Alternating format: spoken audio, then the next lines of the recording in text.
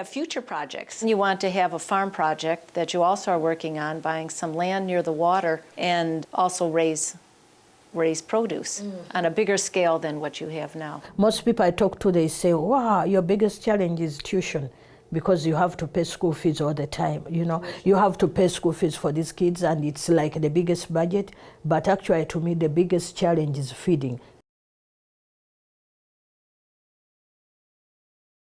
I just have to go into the food store and look at the program for feeding that day, because during the school time, like now, not holidays, I have 19 kids and then the matron who remain down at the big children's home.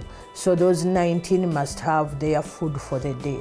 So you are looking at their lunch, you are looking at their dinner, and you are looking at the maize flour for their porridge the following morning, because the aunt prepares it in the evening and keeps it in flasks so that in the morning as they go to school it is already hot. During school time we have about 39, 38 people in total to feed. That is school time. But during the holidays we are 60 plus. You know, normally Sundays they want special dishes, so give them a bit of rice, a bit of chapati, maybe matoke, and a bit of beef or fish. Now, when I was there, you had cows. Now, did you get your beef from the cows? No, because I expect them to conceive and they can give us milk. Although these are local cows, their milk output is not so good. We have been looking at probably if we can sell them off and buy a Frisian cow, because that would give us like 20 liters or more every day, instead of looking after so many local cows.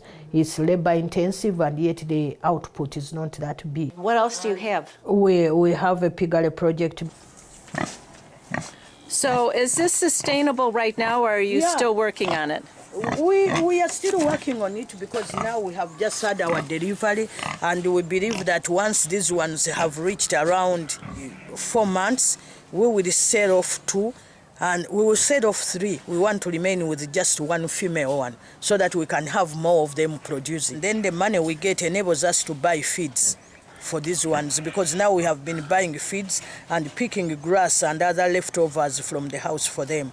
But if we get to sell these ones, we buy more feeds and feed them better, and then leave 1 female, so that now we can have 2 females producing.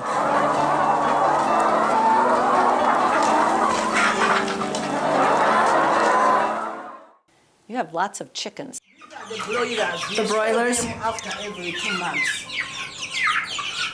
So they get sold after 2 months. If you can sell 8 of them, you'll be getting 800,000, which is slightly above $300, and yet the cost up to selling time is about $200. Buying them and feeding them up to selling time. So how much do you make out of this extra? We make more than $100.